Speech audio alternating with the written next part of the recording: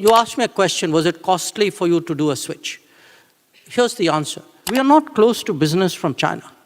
Bernhard Barth from the Mercator Institute for China Studies. I have two questions to Minister Jaishankar on the issue of economic security that already came up.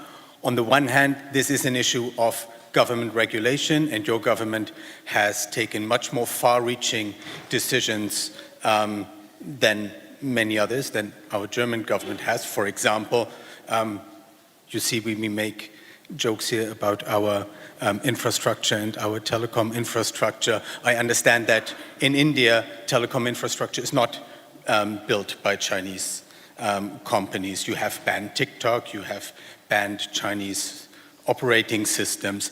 These are, of course, costly decisions, and I'd be interested in any advice you would have on the discussions that go on if the government takes these far-reaching decisions. And the second question, you've mentioned that, of course, India wants to upgrade its industrial sector. For that, you will, I guess, depend on Chinese investments too. So how does this relate, economic security on the one hand, on the other hand, trying to seek investment from China in crucial sectors? Thank you. Last question, how do you deal with some of the challenges that were asked about?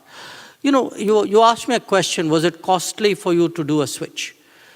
Here's the answer. We actually, for a variety of reasons, decided that we would ourselves take a plunge on 5G. Till that point of time, the 5G technology was either European or it was Chinese. Well, there was also Korean. Now, once we decided this is important for us, telecom means security. Now, it took us about 2.5, 3 years, really. Today, there's a massive 5G rollout, and the 5G stack is an Indian stack. So I would argue that, yes, it looks costly upfront, but then you might want to ask yourself, what is really the cost of security, and whether you've built it into the calculations that you're making. And once you make that plunge, then perhaps it's not so costly. Even business-wise, it's not so costly. I mean, we are today looking at markets for our 5G.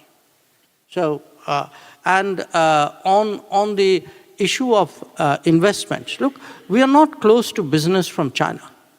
I mean, this is the country, it's the second largest economy in the world. It's a premium manufacturer. So there's nobody who can say, I won't do business with China. I think the issue is, which sectors do you do business, on what terms do you do business? So it's far more complicated than a black and white binary answer.